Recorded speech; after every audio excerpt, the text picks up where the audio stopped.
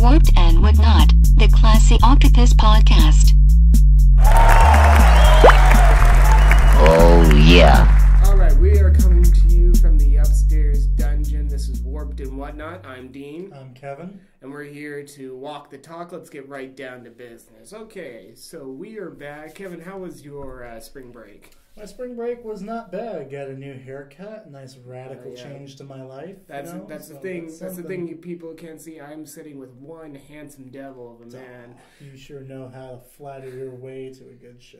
Yeah, well, it's just fishing for compliments. Anyway, so we're here. Some news that we want to talk about.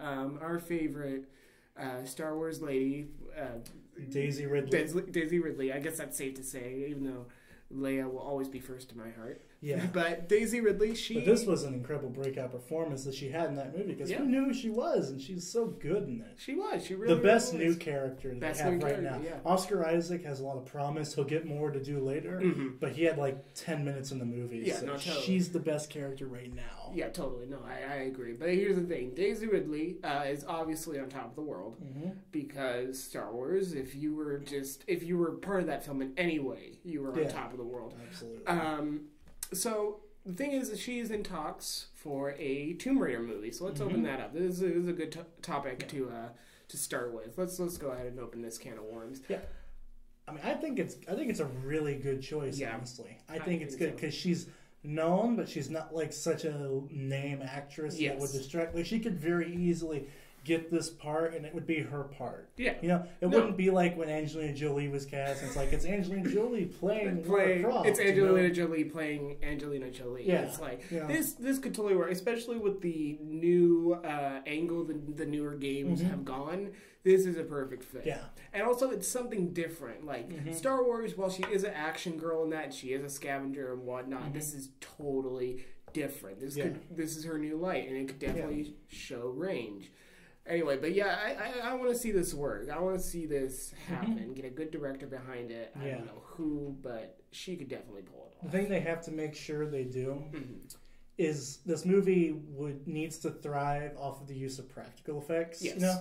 Because that would make it great. You need to have that scale in the movie. You need to feel like everything that's happening is happening. Yeah, it has to be exactly like an Indiana Jones type of movie. Exactly, exactly. Because that's what a lot of people talk about. Like if they're like, what if they did make a Tomb Raider movie? Because people were talking about this forever. It's just like it needs to be Indiana Jones just tweaked. That's all.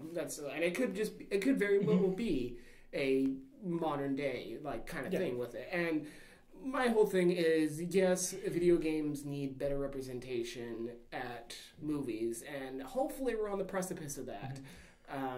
Needs Catherine Bigelow to direct. Oh, yeah. Director of Point Break, and everyone knows her because she's made The Hurt Locker and things like that. She needs to do it because she can, number one, I think a female director is...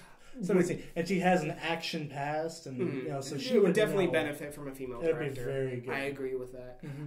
But here's the thing.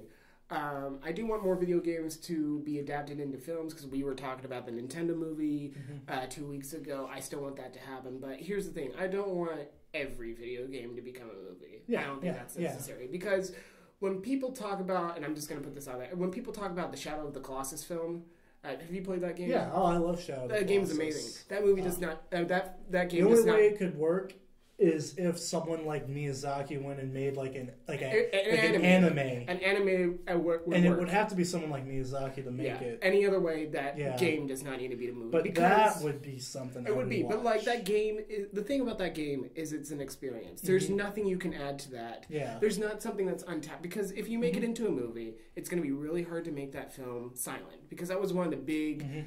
things about that game is that there was no dialogue, there was no mini bosses, there was no when you think about it, it's something that so many people would say it's an impossible game. Like no one would want to play it because it's just going, and there's nothing heroic about that game at all. But here's the thing: whenever you see an article of why video games are hard, Shadow of the Colossus always brought up. Exactly. Always. It's the one I always bring up too. Exactly, and that's why Guillermo del Toro keeps bringing it up. And even if he took on the project, I still don't see it working. Because a lot of people are like, what if Guillermo del Toro, he can make the jumps? I'm like, no, because then we would have to add some type of side character that the hero is going to talk to or something. Depends. It depends. I don't know. I feel like Guillermo could give it respect. It's just the thing about the movie is that if you make it true to the game, what studio is going to fund that movie? No, that's the problem. I get it, because like the thing is like everything is like the video game medium is used in every way in that, and that's my thing. If something different can be used in a film medium to tell a different part of the story, that's what I want to see. That's why I want to see a Nintendo movie, because Nintendo games really aren't character driven; they are gameplay driven, and it's just having a fun time. That's what Nintendo games are made for, and all the power to them. There's a place for that, and that's why Nintendo has lasted for so long. But a Nintendo movie could definitely be more of a character piece, and we could see Mario's everyday life before he goes to the Mushroom Kingdom. We could see why Link wants to be so heroic. That would be fun. I am legitimately excited for the Assassin's Creed movie, though. It's got a really good cast. The director has a good resume. You know, so I feel like things are working. I think that's going to jumpstart us into this whole... Because the things people say about video game movies now, the fact that they can never work, is exactly what they said about superhero movies for years. Yeah, you know? And it wasn't that long ago either. You had like the Burton films, but then the Burton Batman films, and everything after that, no one really ever... So it took all through the 90s pretty much. And then, like, even when X-Men happened, it didn't happen fully. X-Men was amazing, and then but everyone was still trying. It still didn't work. It took Spider-Man. And then... Spider-Man was the one that started. But even then, Spider-Man, and then people thought, they can only make a Batman or a Spider-Man movie. And then we proved that we could make an Iron Man movie, a character that nobody cared about. The rest is history. The rest is absolutely history. So Tomb Raider could work. The thing is like, they definitely reamped the character to be more than just a hot chick. Yeah, exactly. And so that was good. So hopefully a film could expand on that more. I mean, still the new games are very story driven, so I don't know what much more they could do with it, but with the right director, with the right team, I say this could work. I say this could totally Daisy Ridley is a great choice to play the part. And if it is confirmed, she is confirmed that she's talking, but not much news. This is basically going to, let's face it, it's going to happen. It's going to happen. And hopefully they're going to wait till after the next Star Wars movie, probably, to see if that whole luster around her is still strong. Yeah, I guarantee that there should be no reason. There should be no reason that she's the one that has the most that we want to find out about, because it's the idea of how she's connected. Exactly. She's obviously connected. Yeah, no, totally. She is connected, and there's definitely stuff they are setting up, and we will see that in Star Wars Episode 8, which has an amazing cast as well. Soon. And it comes Laura Dern. That makes me so happy. So excited for that, which is another topic for another podcast. Absolutely. Because she's amazing and she needs to be in more movies. But yes, we will talk about Star Wars Episode 8 very soon. But for right now, Tomb Raider movie, let's hope this happens. Let's hope it gets a good team. Let's hope this this in Assassin's Creed is the thing that gets movie video games going, and we can finally get Wreck-It Ralph 2. Yes. And then everyone will be happy. The one thing we really need. The one thing we actually need. So yes, good topic to start out with. Fingers crossed. So let's move on to our next topic. Sequels everywhere, but not a care to give. Yeah. I'm a person who's very forgiving to sequels or remakes, because I don't mind seeing stories told more or told again. Same. If it's appropriate. If it's appropriate. If there was more of that story to tell. Of course, what we were talking about is that news dropped this past week of two major franchises that confirmed, yes, there is going to be another installment. First off was Indiana Jones 5 with Harrison Ford, with Steven Spielberg. It is happening. Yeah. This one I am excited about, only because more so than Han, this is Harrison Ford's role. Okay. You know? No, yeah. I love him as Han, but when I think of Harrison Ford, it's always Indiana Jones. You know? I totally all get the that. time. I totally get that. So seeing him play the part again, I am excited about. There are things that give me hesitancy. They brought back the writer from Crystal Skull.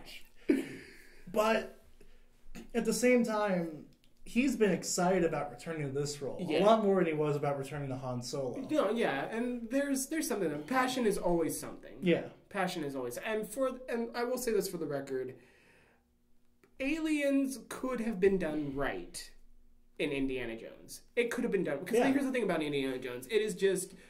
Since the beginning, it was a love letter to old black and white B movies of the black and white era. So Aliens could have worked. It's all about execution. Yeah. That was the issue. And there are still a lot of things in that movie that I do like. Yeah. I like that movie more than I like Temple of Doom, honestly. Really? 100%. I do not care for Temple of Doom because I find the characters around Indiana Jones incredibly annoying in that movie. Yeah, but Temple of Doom does have more things that are actually happening. Yeah, I got you. I understand that was the thing about Crystal Skull is like the best sequence was that motorcycle sequence because it was actually happening, and that's why everybody liked that part. Yeah, no, it's just the Temple of Doom, or not, Crystal Skull had Shia LaBeouf had one really annoying character. Yeah, Temple of Doom had Short Round, and Willie. Yeah, so I'll give you that much. They just, I love all of them because I absolutely love Harrison Ford in that part. Course, yeah. But I like Crystal Skull more than I like that one. I would say I give Crystal Skull more I wouldn't say hate, but I would give it more hesitant because even if Temple of Doom is bad, you remember it. Yeah. Crystal Skull is forgettable. I get it that. It is so forgettable. Temple of Doom has a great final sequence. Yeah. Great final act. And I think when you're doing a series that can get as crazy as Indiana Jones, I think it's better to have a rememberable bad film than a forgettable okay film. That's fair. That's fair. But that's just me. Yeah, no. That's just me. That's my opinion. Last Crusade is my favorite, though. Oh, obviously. Obviously. Got Sean Connery being Sean Connery. It's just like... But going into this one, there is one thing they can do to immediately fix it, and that is to recast his son. You gotta get LaBeouf out of there. Fingers crossed, man. Fingers crossed. And you gotta get Chris Pratt to play the part. In a perfect world, that would happen. I mean, he's in talks. You know? It's true. It's happening. But where have you been? Like, I sent you off for 5 years. You lost a lot of weight. You got taller. You know, actors have been recast in movies so many times that people will just forgive. You know. Well, yeah, that's how. Think about it happens. You know. I mean, think about this. You know, not the same circumstance, but. You know, an iconic part is they recast Dumbledore and Harry Potter. Very true, but that was out of the actor that was out of circumstance. That was out of circumstance. But I'm just saying, like, it wasn't distracting, and people would much. And for that matter, Shia LaBeouf will not want to do it because he doesn't want to do anything, so they could use that as an excuse, and that would be totally fine. Yeah. That way, they actually have an excuse to recast, and then people will be like, okay, because. What they have to do to make it work, and I think I know exactly what they're going to do, is they're going to do The Last Crusade again. That's what I think is going to happen. Well, that would it's going to have Harrison Ford in the Sean Connery role, basically, and then they'll have his son, and there'll be that kind of a thing. Yeah, that can make sense. And that's something I'd like to see, because I love The Last Crusade, and I'm just wondering what would they artifact they're going after. That's a good. Let's brainstorm this. Actually, let's. So you have the Ark of the Covenant, so biblical. You then you go to India, then to save orphans. It wasn't really an artifact he was after. Yeah. Then Last Crusade is the Holy Grail. And then Crystal Skull. Crystal Skull is, we know what that's about. You know, it's just like... So this, what they can go after...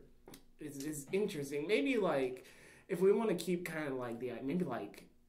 this was done in the video game, but this is the only thing that's coming to mind. Maybe the Staff of Moses.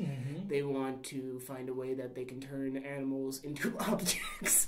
And I mean, it's the cliche adventure story, but you know what I'm going to offer is it's the cliche that you've seen in so many other like indie knockoffs and things like that. Like even Uncharted, I'm pretty sure and maybe they'll go after El Dorado. Oh yeah, I could see that. That would make something. That would make total sense. How would they go after Atlantis? Yeah, I was thinking Atlantis, but I was like, they couldn't really do that. I can't do that really. Secrets of Stonehenge. Maybe that way we can have Spinal like Tap in it. Yeah, Stonehenge. That would be awesome.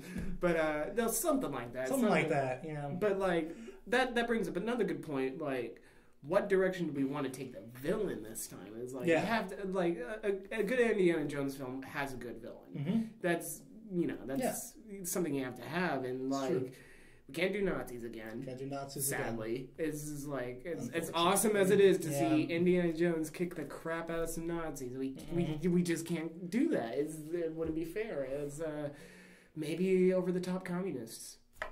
I mean, that's what happened to Captain America when he stopped fighting Nazis. He started fighting communists. And do the whole maybe that could be the story. It kind of takes place. That could be something. It could take place like in the later maybe it is during World War II. That would be maybe. Since Crystal Skull was still during World War II, wasn't it? Yeah. Since Indiana Jones is older, it's like maybe the war is about to end or the war has just ended and now the Red Scare is coming up. And I mean, also, it's Indiana Jones, so if they want to do like an alternate timeline, they could do that, maybe. That's true, too. You know, maybe this movie could just start with him waking up from a really bad nightmare where his son was Shia LaBeouf and he went after... And Chris Pratt comes in, it's like, is everything okay? You okay, we're all Paul? like, all right. Oh, okay, we're good. That would be the weirdest yet most accepted opening to any movie. It's true. If that actually, it's not. But if it did happen, no. Like everyone would be okay with just the madness they just saw. They would be fine with it. Whoever they get, whatever villain they have, I would love to see Willem Dafoe play a villain in the Indiana Jones movie. Fun. That would be seeing him as what would be cool. Is that they did something like rival, like Artifact. I was just about to say something like that. Yeah, Willem Dafoe could play some like rival to Indy. He's a smug. Yeah, like, he's the rock star of. He could be like the rock star of. Like he accepts it, but he does it because he wants the fame, and he does it because he wants it in the museum. Yeah, and like Indiana Jones is like it belongs to me. That could be something, and that could give them a lot of room to do some cheeky kind of dialogue. That could be fun. Like it belongs to a museum. I belong in a newspaper, and it's like something like that. You know, that could be fun. And Willem Dafoe would be fun in the part like that.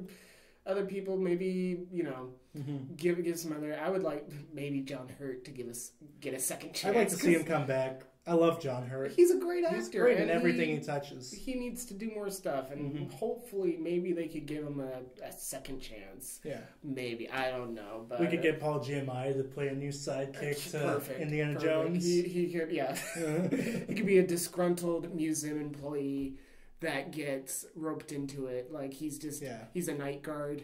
If they had those back then. He could be like the new Malcolm. Oh, yeah. You know, kind of that part. Let's go faster. Yeah. Well, wrong Malcolm. But, wrong Malcolm. But still, you get my point. But like disgruntled museum employee who jumps into the back of their Jeep by accident, and then, he's now on the adventure. That'd be fun. So that's my idea. That's my offering for an indie movie. I definitely, this movie has the chance to be good. And if Spielberg and Harrison Ford are coming back, then that's huge to me. Yeah, and like, it's just, if Star Wars can come back and be awesome, so can Indiana Jones. Yeah.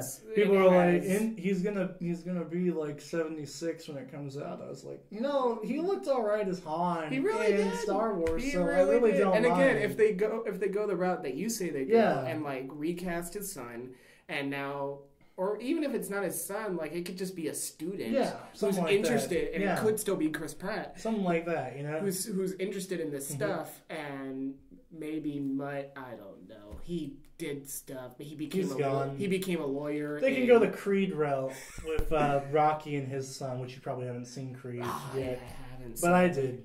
So I won't. Everyone who's seen it knows. Everyone who doesn't, go watch it. And you'll understand what I'm talking about. I will see it before the summer comes, I promise, so we can talk about it. But no, like, that could be... And then he could play the Sean Connery type of guy. And it could be... That's my idea. And it's not so much passing the torch as it is just a fun thing, And if they want to make a spin-off movie off the new one, that'd be fun. But again, all of this is hypothetical. But that would be the best case scenario. That'd be the best... it's once again, it's exactly like Creed. In a way, It's a way of... softly rebooting it, but still staying true to the timeline. It's passing the torch, but keeping the original involved. Still in continuity. Creed is one of my favorite movies to do that. Creed is the reason why I'm so forgiving to the idea of sequels and reboot. Like it cements my reasoning behind that. No, totally. I get it. But that's why. Well, I'm the same way with Days of Future Past. Yeah, exactly. It was able to, because like here's the thing, like the old X-Men universe, the X-Men movie, it's gone. It is just gone. Yeah. We are never going to get those actors back again. We are never going to see... Shame for Kelsey Grammer. Gosh, he was beast. One of the few good things about that. And shame for James Marsden, because where's that guy's career? Right? Oh, anyway. But we'll talk about that another time. And like the perfect casting of Patrick Stewart and Ian McKellen. While sad to say they're gone, we do have two great replacements. They are going to be back in the next Wolverine movie. Oh, is that right? Yeah. Definitely Patrick Stewart, at least. Well, okay. And if they want to go the complete route of Old Man Logan, then Ian McKellen should be great. Yeah. Ian McKellen would come back because he loves that role. He loves the part, and he loves working with Patrick Stewart. They were just... So he'd do that. So he's going to join it eventually. I know it. I hope for both of us. My dream is that they get Russell Crowe to play Sabretooth, honestly. Oh, my gosh. But I love Liev Schreiber is good for the part. He just was in a bad movie. He was just in a bad movie. Yeah. That was the thing. But yeah. But there you go. That is our thoughts on Indy 5, so let's move on to the next sequel. One I'm a lot less excited about. The one that makes me kind of mad about soft reboots that are in continuity. Sad to say, it's the same thing we were talking about. It is a pseudo reboot, but it was in continuity, and that was Terminator Genesis. Yep. And it was awful. I didn't even see it. Really and I knew it was. I was like, the first trailer I saw was like, I'm not going to see that film. I'm not going to make myself see it. And when it came out, I was absolutely right. I was absolutely right. The only reason the movie's getting a sequel is because people in China don't know how to go see a good movie. They're the ones who saw Transformers 4 and gave that movie $1 billion. Well, you know? Yeah. But I'm just saying. Well, yeah, okay. But no, but it's... Yeah, we are getting another Terminator film, ladies and gentlemen, and just why? Why is... There's no reason. There's absolutely no reason. At this point, I'd prefer a reboot over a sequel. I would prefer love a full reboot. Because you know what's sad is seeing old Arnie rolling out there in this part when you know he can't hold up to this stuff playing the Terminator. It's ridiculous the reasoning they have for him still being the Terminator. It's like, why would you make the Terminator age? And like they gave more like effort to that explanation than the actual explanation of the plot. Is when you think about it, that was like the best they did to that script was the reason why Arnie looks old.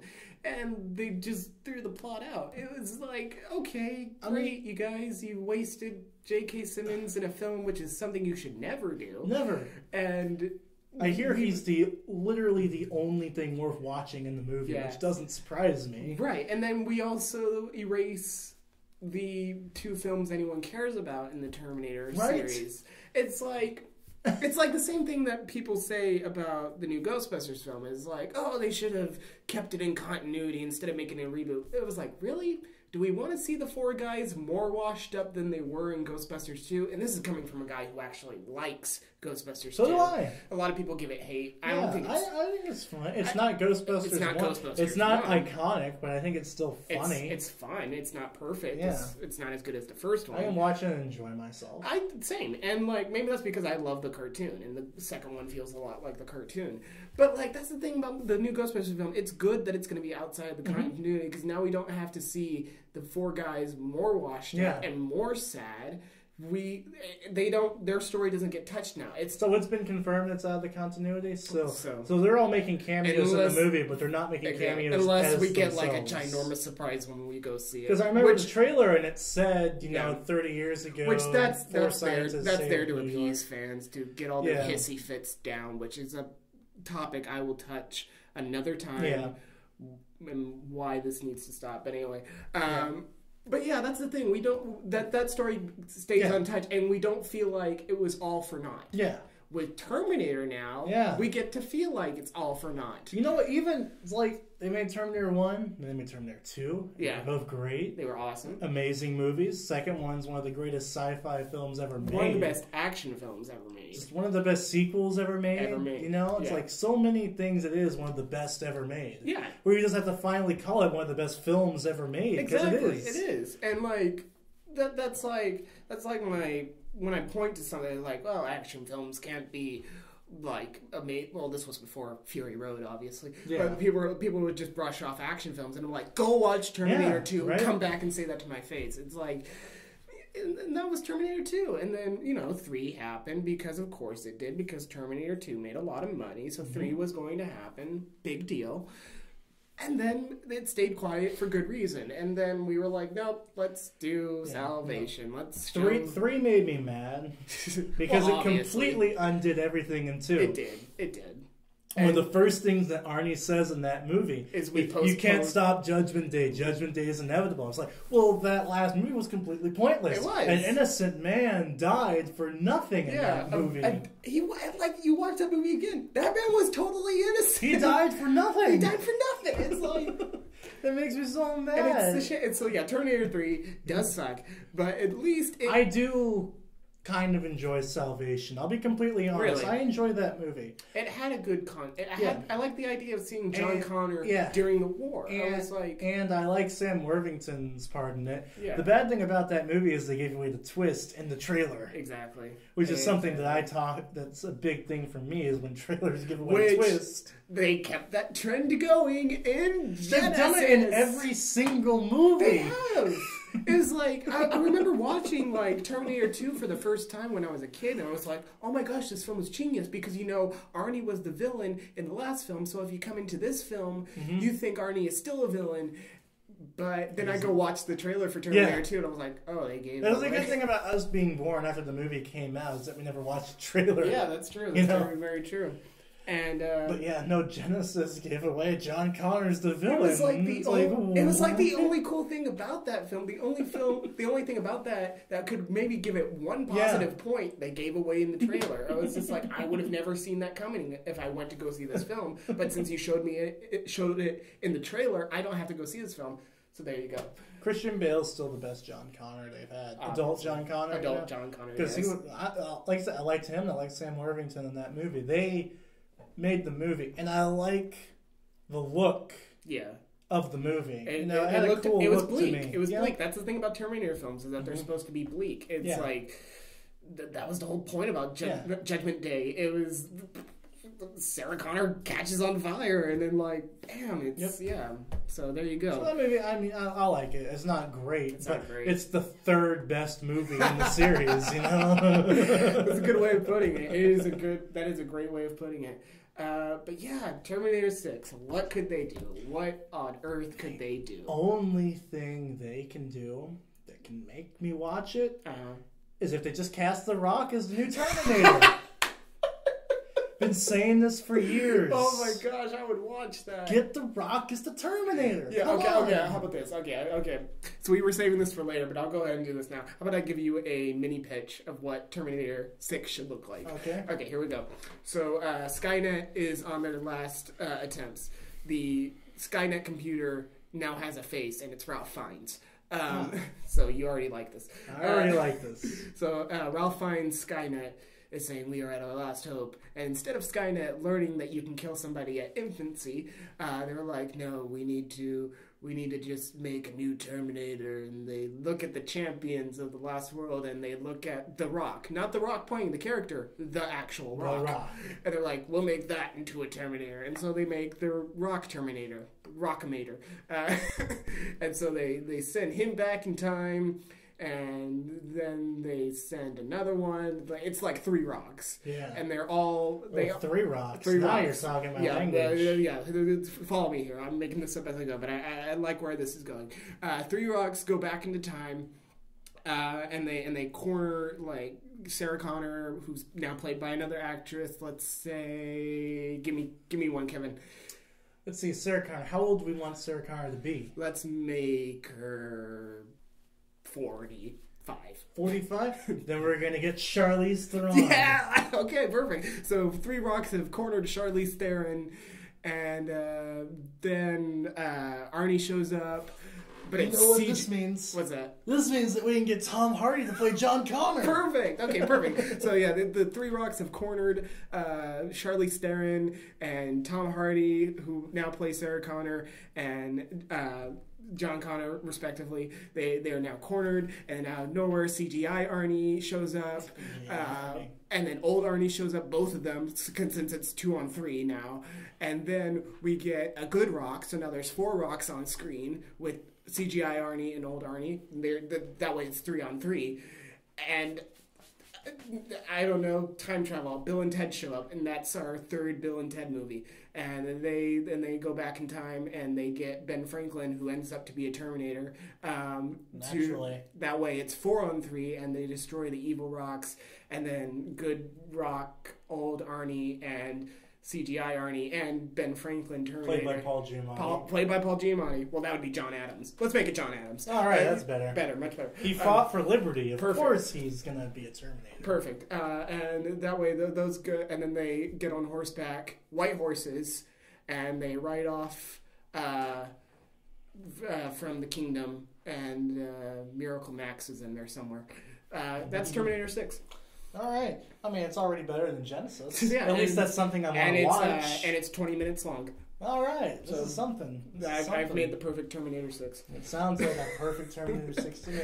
In all honesty, though, I mean, The Rock is who we need to get to play the Terminator now, honestly. You know? No, I agree. I mean, you know... Maybe, okay, so we said, like, the better idea would be rebooting Terminator, but that's obviously after maybe 30 years or 20 years. I don't know, look at Spider-Man. Well, that's different. That's because everyone needs a superhero franchise. And Sony, but Spider-Man does need a superhero franchise. They do. It's like, and then Sony was just like, oh, we gotta do something. And the only problem is that they gave it to Sony. Yeah, that was the thing. And so, you know? And they kicked Sam Raimi out. Yeah, it's true. But yeah. We are not excited about... I think it's safe to say we are not excited about Terminator 6. Not at all. There is a very slim chance that this could be... Like, unlike Indiana Jones... Yes, Indiana Jones has room to be good. It has, like, 60% good. Like, yeah. Terminator, it's, like, 2%. Yeah. Maybe like barely. Maybe if J.K. Simmons comes back and is a Terminator for some reason... Like, they want a smart Terminator instead of a, you know... What if they had... Like, maybe they'll make a Terminator that actually blends in. like Arnie can't blend in. It's like, this is the opposite of a well-designed Well, that was the good thing about Terminator 2. Yeah. They already did it. See, no idea can be done. Nothing can be done. Yeah. When I saw the trailer, I thought they were bringing back Robert Patrick. Oh, yeah. And I was excited about that. And I found that it wasn't Robert Patrick, and I was like, all right, there goes that. Yep. I have no reason to be excited out the window. But yeah, maybe it can be Terminator versus Predator. Hey. I would watch that. You know, there's a comic by Frank Miller, Terminator versus RoboCop. Oh, yeah, I remember there's that. something we can do. That. I do remember that. I bought that for Jonathan. It was on the last podcast. I bought that for his birthday. That would be the new RoboCop versus unless they reboot RoboCop again. Yeah. So and then RoboCop is played by Vin Diesel. And then we got Vin Diesel versus The Rock. Because they have to be in... naturally. That's like the law of the universe. Marvel gets Vin Diesel, DC gets The Rock. That's what happened. And so that's the rule. RoboCop, Vin Diesel, because he probably is a robot, versus The Rock Terminator. You know what? I would watch that. That would be better than Terminator 6. Yeah. I mean, come on now. But anyway, okay, so let's do our thing. This is our bit of comedy because we like doing this. We are going to give you 2 more unnecessary sequels. And Kevin, do you want to start or do you want me to start? You start. Okay, I'll start. So, as we all know, one of the most groundbreaking films of the last, I guess, 10 years, maybe 5, was Christopher Nolan's Inception.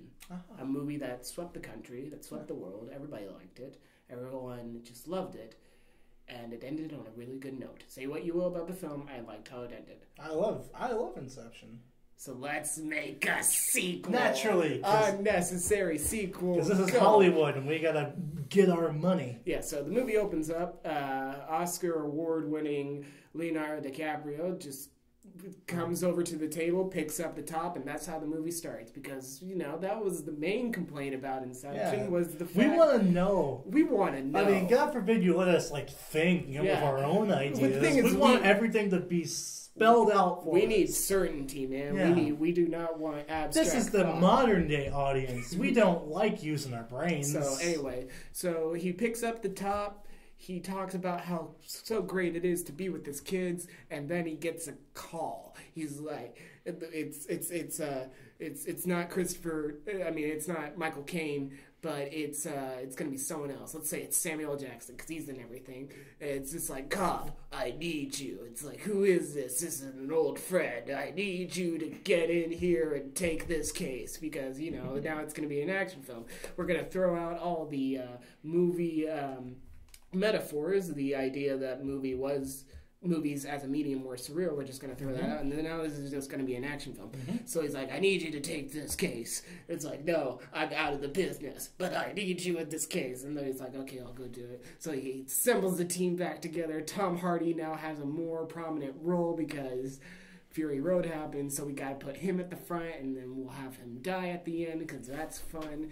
And Ellen Page comes back, and Joseph Gordon-Levitt comes back, and that's really everyone that they can get back because they just wave money in their face, and we're like, oh, okay, that's nothing against these actors. But moving on.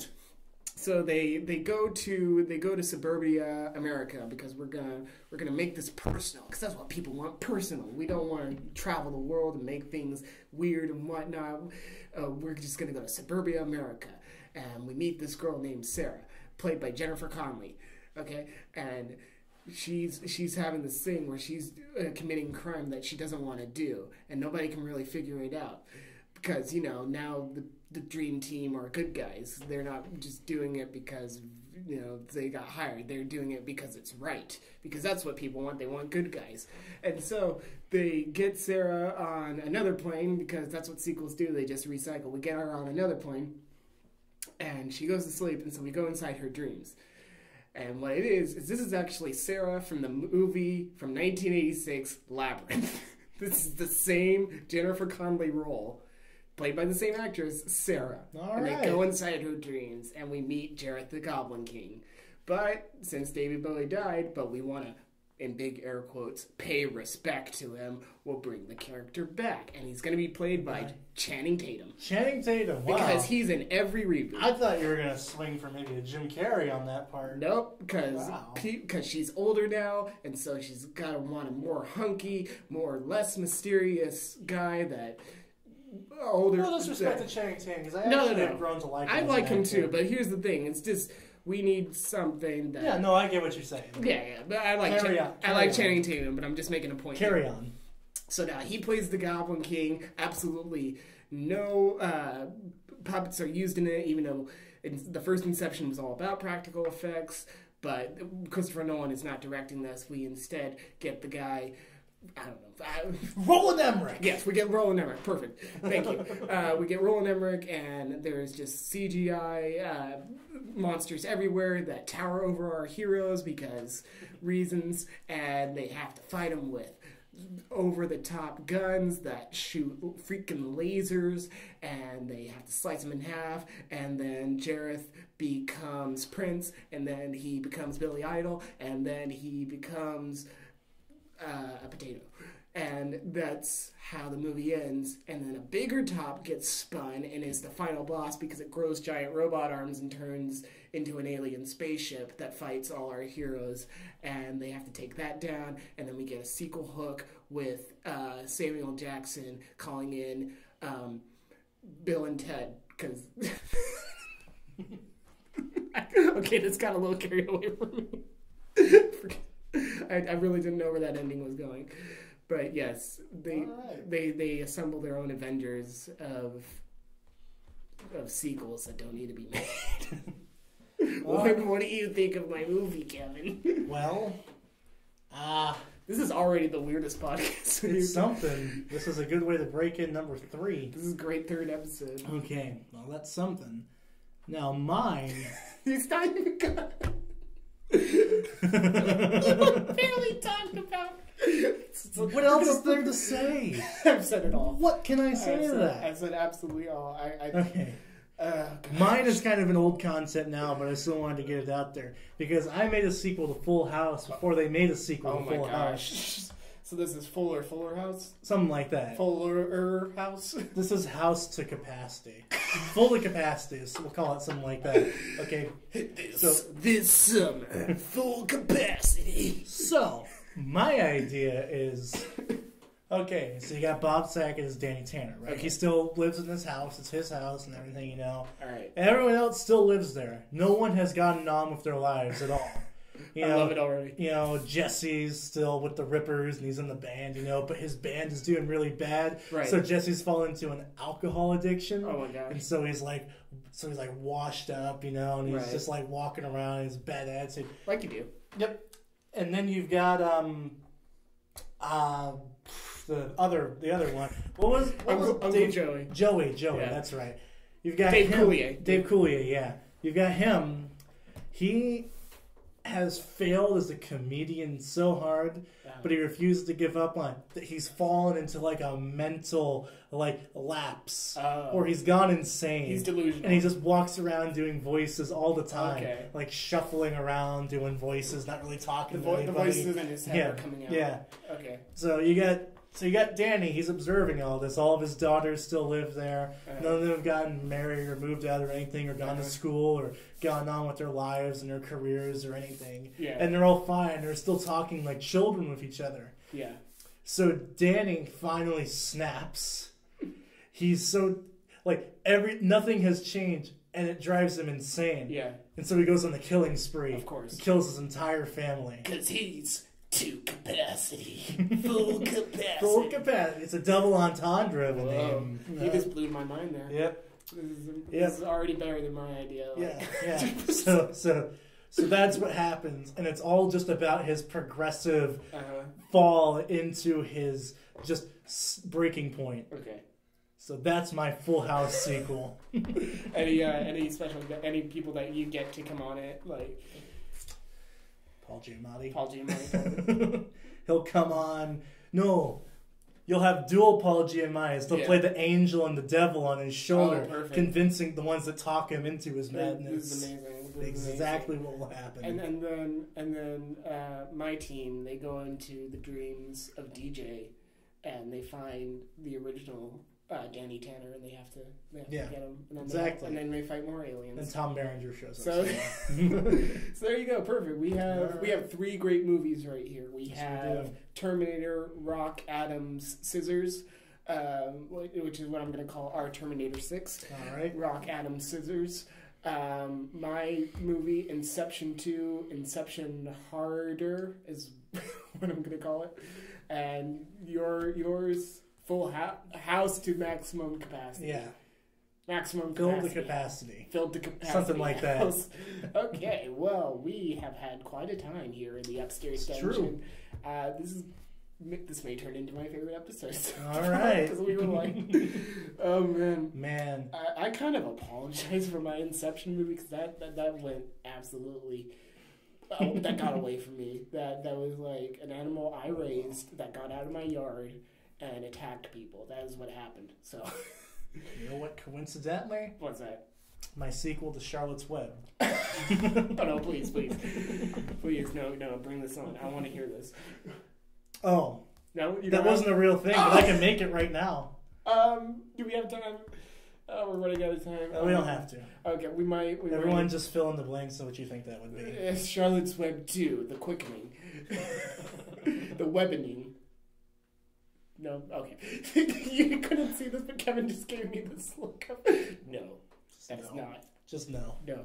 This might be my last podcast. I wouldn't be surprised. This might become a solo act next week, so fair warning, kids. Speaking of next week. Yes, okay. So this is fair warning. We are giving a 7-day spoiler warning because you know what we're going to talk about is Batman v Superman. It's the only thing we're going to talk about. It's the only thing. For 30, 40 some odd minutes, we are going to talk about nothing but Batman v Superman.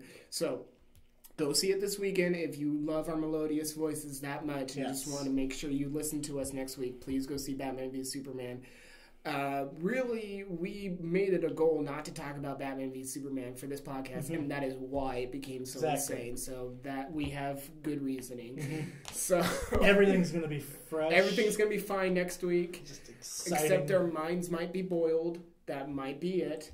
And I just... so excited. So excited. I'm gonna cry. Don't cry, Kevin. I'm telling you. Cry when you're on camera. Don't cry on a podcast. Fair. But yes, that is all we're going to talk about. That's going to be a special episode. No multiple topics. That's going to be it. So you've been warned. 7 days in advance. Do not say there was no spoiler warning. So there you go. There you go. This was fun. This was fun. This is Warped and Whatnot. I'm Dean. I'm Kevin. Signing off. We will be here next week. See you on the other side. See you on the other side. Game over.